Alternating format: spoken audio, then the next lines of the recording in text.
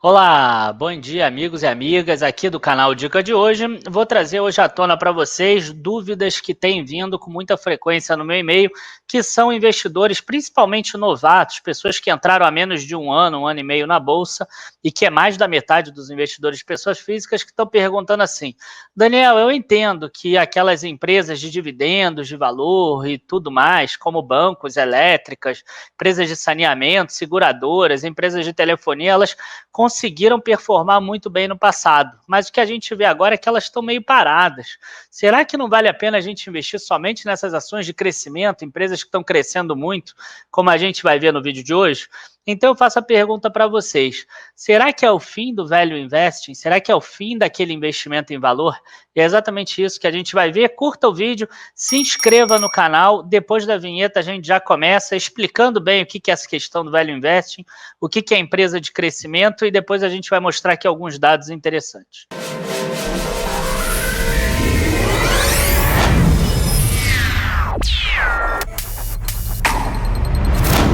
Antes de mais nada, é importante falar que a gente vai aqui resumir ao máximo, né, o que é o Value Investing, mas a gente sempre recomenda que vocês leiam o livro do Investidor Inteligente, do Benjamin Graham. Bom, o investidor de valor, né, o investidor que busca algum valor com as empresas, né, e que faz esse Value Investing, o que ele faz? Ele busca empresas que já são consideradas consistentes, que já estão dentro do mercado e que elas geram retorno de acordo com aqueles ativos que ela já possui. Então, quer dizer, ela não depende daquele futuro dela conseguir crescer, que vai ter um ativo que vai girar e etc. Você não depende disso, você depende do que já existe. Então, acaba que é muito mais fácil esse cálculo. Em compensação, essas empresas, às vezes, elas crescem um pouco mais devagar. Então, qual é a grande questão? Você tem um valor que é um pouco mais previsível do que a empresa de crescimento, e você tem que comprar com um desconto. Esse valor, que é o valor justo, seria o valor intrínseco da ação. E aí você bota uma margem de segurança, você vai comprar abaixo dessa margem de segurança. Então, é isso que os investidores de valor fazem há muitas décadas, tá? E com muito resultado positivo, melhor do que qualquer índice. E a nossa carteira de Graham lá dentro da área de membros, dica de hoje, mostra isso com um crescimento fenomenal, aí mais de 300 e tantos por cento de 2017 para cá, contra 60 e poucos por cento do Ibovespa, por exemplo. E o que é empresa de crescimento? Empresa de crescimento é uma empresa, por exemplo, igual um banco digital, igual uma empresa igual a B2W, igual a própria Magazine Luiza, que já é uma empresa um pouco maior, mas igual a Pets, que abriu agora mercado, abriu capital agora. O que são essas empresas? São empresas que, dentro do valor de mercado, já está incluída a possibilidade delas crescerem de forma muito rápida. Então, quer dizer, você aí já tem um risco extra dentro da tua precificação. Se a empresa não crescer naquela taxa que o mercado espera, a ação cai. Então, se você tem uma empresa que o mercado espera que ela vai crescer 50% ao ano, se sai um resultado incrível, que a empresa cresceu 40%, provavelmente as ações vão cair. Isso explica um pouco por que a gente vê, às vezes, ótimos resultados e a ação caindo 5%, 6%, 7%, 10%, por exemplo. Isso vai acontecer muito mais frequentemente nessas ações de valor, nessas ações de crescimento que são muito mais voláteis. Aí, o que acontece? Imagina agora, mesmo você que esteja mais tempo, imagina que você esteja na cabeça daquela pessoa que entrou agora, depois da pandemia, 6 meses na bolsa, e que não estudou nada para trás. A pessoa não sabe nada para trás, ela só sabe o que ela viveu, aqueles 6 meses. Então, ou mesmo 12 meses para ficar aqui de acordo com a minha imagem que eu tenho aqui. Então, olha só o que acontece.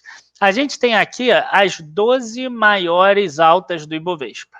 Tá, e aí a gente tem aqui, ó, VEG, Magazine Luiza, Via Varejo, B2W. Magazine Luiza, Via Varejo e B2W são empresas de e-commerce, né? O mercado precifica o e-commerce. Aí a gente tem Loja Americana, que é a controladora da Via Varejo. da B2W, desculpa. E a gente tem aqui a WEG. A WEG é uma empresa que, se você olhar as últimas 5 ou 6 aquisições dela, você vai ver que todas elas são focadas em tecnologia. Então, o mercado aqui também espera alguma questão com relação à WEG. Além disso, a gente tem aqui a TOTUS, que também tem parte de tecnologia, e a gente tem a Natura aqui, que também tem vendas dessa forma. Então, você vê aqui que são empresas de crescimento. Das outras empresas aqui, talvez as únicas aqui que não tenham a ver com crescimento, né, seria a própria Gerdau aqui, tá? E talvez as empresas de frigorífico aqui, Marfrig e Minerva. Porque aí você vai falar assim, PetroRio é petróleo, petróleo não tem nada a ver de crescimento. É só você olhar qual era a quantidade de barris de petróleo que a PetroRio produzia e quanto ela produz hoje. Em 2018, ela produzia 5 mil, 6 mil barris de petróleo. Hoje já produz 31 mil barris por dia. Então, ela é uma empresa de crescimento. Ela tem crescido bastante. A Klabin também. É só você ver os investimentos que ela faz para isso. E ano passado a gente mostrava que a Klabin estava barata, que ela estava muito abaixo do valor também que ela deveria estar. Então, a gente vê que aqui tem muitas empresas de crescimento. As empresas de valor, normalmente, são empresas que já estão mais maduras e que elas acabam pagando mais dividendos. Então, um jeito mais fácil da gente observar empresas de valor é quando a gente pega o índice de dividendos. Então, quando a gente vem aqui no índice Bovespa, a gente vê que as ações que mais subiram nos últimos 12 meses, né, no último ano, subiram 169%, 168%, 164%, 140%, 129%. Tem 5 ações aqui com mais de 100%. Né? E aí a gente, quando passa para o índice de dividendos aqui, a gente vê que a ação que mais subiu foi exatamente a Klabin, que estava lá no outro, 64%, e as outras, 44, 40, 34, 32, 27, 16, enfim, são rendimentos expressivos para empresas maduras, empresas de dividendos, mas são muito menores do que aquelas que a gente viu lá no Ibovespa e que têm crescimento. Né? Então, a pessoa que entrou agora há 6 meses, há um ano, ela olha esses resultados e fala assim, só vou investir em Magazine Luiza, só vou investir em Via Varejo, só vou investir naquilo que está crescendo, em VEG ou coisas do gênero. Né? Eu mesmo, na minha família, eu tenho algumas pessoas que são assim. Elas só querem investir nesse tipo de empresa, elas não querem investir nas outras. E aí, o que a gente tem? A gente tem, pegando o gráfico dos Estados Unidos, porque lá saíram alguns relatórios muito interessantes com relação a isso, acho inclusive que isso ajudou a fazer as empresas de muito crescimento caírem na bolsa de lá. Olha só o Daily Shot, o que ele mostrou aqui. Ele mostrou que quando a gente pega nos últimos 12 meses, tá, que foi mais ou menos o mesmo período que a gente pegou lá atrás, no Ibovespa, a gente vê que as empresas de crescimento, quer dizer, o S&P 500 das growth, né, das empresas de crescimento, ele tinha subido 30%, enquanto aquelas empresas de valor subiram 0%. Quer dizer, as empresas de crescimento já passaram muito período pré-pandemia, enquanto as empresas de valor estão aqui muito abaixo. Tá? Isso balizou muito a nossa carteira internacional. Na hora que a gente montou a carteira internacional, a gente colocou muito poucas empresas aqui de tecnologia e focamos muito mais em valor, e a carteira está muito bem, obrigado. A gente está conseguindo bater os índices muito por causa disso. Tá? E aqui mostra a diferença, né? É essa distância aqui, ó. Esse gráfico aqui mostra essa distância, a distância que vai aumentando ao longo do tempo que chega aqui. E aí, o que a gente vê aqui ao longo do tempo? E esse gráfico aqui é bem interessante, que a gente tirou aqui, ó, que é o seguinte. A gente tem empresas growth e empresas value, só que agora, em vez de pegar os últimos 12 meses, pegamos os últimos 30 anos. E a outro período que teve as growth stocks crescendo muito foi o período que culminou com a bolha das ações da internet. E se a gente olhar aqui, ó, a gente tem aqui embaixo, que cresceu um pouco, mas cresceu mais do que as value. Tá? Então, 2, 3, 4, 5, 6 anos seguidos de crescimentos maiores aqui das growth stocks. né? Então, as empresas de crescimento cresceram mais do que as empresas de valor por 6 anos seguidos, e as pessoas daquela época que estavam entrando na Bolsa naquela época falavam a mesma coisa. Eu era um deles, eu só quero investir em empresa de crescimento. Eu não quero saber dessas empresas de valor, coisa chata, essas empresas de valor cresce pouquinho, eu posso ganhar o dobro, para que eu vou ganhar isso? E aí depois o que aconteceu? A gente vê aqui, ó, empresas de crescimento. Aqui caiu 20% e as de valor subiram aqui uns 5 ou 6. Aí depois a gente vê que as de crescimento caindo mais do que a de valor, as de crescimento caindo mais do que a de valor, as de crescimento subindo menos, as de crescimento subindo menos, de crescimento subindo menos, de crescimento subindo menos. Então aqui foram 6 anos as de crescimento subindo mais do que a de valor, e depois foi 1, 2, 3, 4, 5, 6, 7 anos as de valor subindo mais do que as de crescimento, tá? Então, o que a gente tem para falar com relação a isso nesse vídeo de hoje?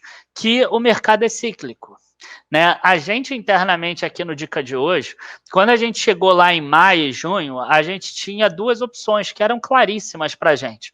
O que a gente vai fazer? A gente vai buscar rentabilidade agora, porque a gente não sabe quando vai inverter também o ciclo, né? A gente não sabe quando vai passar de ser o da growth para value. Tipo, a pessoa não tinha uma bola de cristal que ia dizer assim, naquela quinta da semana retrasada, as ações de tecnologia da Nasdaq e da S&P 500 vão começar a cair muito, então você tem que mudar na quarta. Quarta é o bom dia para você mudar. Não tem isso.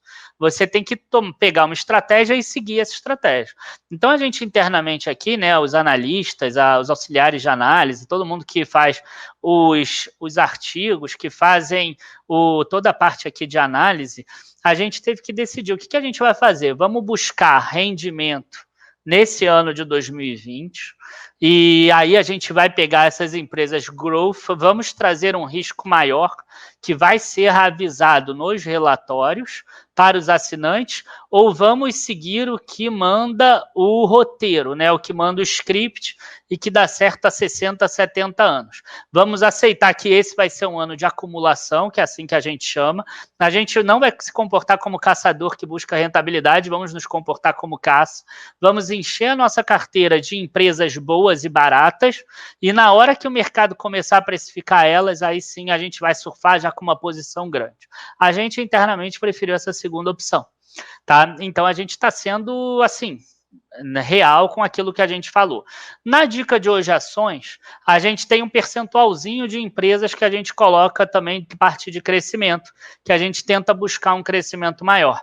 Mas quando a gente pega a dica de hoje beginner, dica prévia, que é focada em dividendos, que é focada naquela pessoa que quer gerar renda, a gente está sendo extremamente conservador, seguindo o roteiro e focando nas empresas de valor. Por quê? Porque a gente sabe com o histórico que essa questão é cíclica e que isso vira.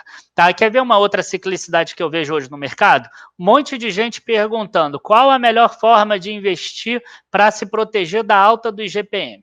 Aí você responde, é a empresa tal, ou se não são os fundos imobiliários tal e tal.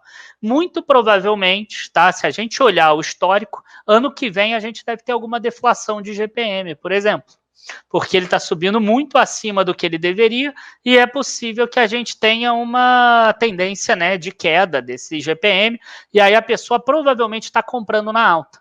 Assim como a pessoa que está querendo comprar, por exemplo, o agronegócio nesse momento agora, depois de ter tido 4 safras excepcionais. Tem chance de ter a quinta? Tem. A sexta? Também, mas, cara, safra é clima, clima às vezes quebra safra. Então, quer dizer, você querer estar sempre comprando o cume ali do ciclo é muito complicado, você vai ter problemas se você investir dessa forma na bolsa. Então, a gente segue o nosso manual, a gente tem muita experiência nesse sentido e a gente está usando esse ano como acumulação. O que eu quero falar é o seguinte, a gente, hoje vocês estão vendo o vídeo na quarta, dia 16, hoje é o último dia antes do reajuste das nossas assinaturas, tá? Então, aqui embaixo, na descrição do vídeo, vocês têm todos os nossos planos, você tem uma página que tem todos os planos que nós temos. Alguns deles, a maioria deles vai ser reajustado amanhã, porque a gente ainda está com o mesmo preço lá de 2019, então não perca a chance. Se você ainda não conhece conheça, tá? A gente tem aquela garantia até mais estendida de 29 dias na maioria dos nossos planos, principalmente naqueles que vão crescer, o preço, que vão aumentar o preço.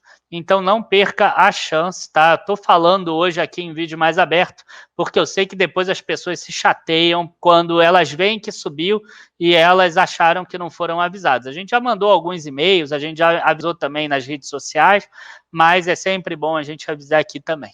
Abraços a todos, bons investimentos e até a próxima. Tchau, tchau.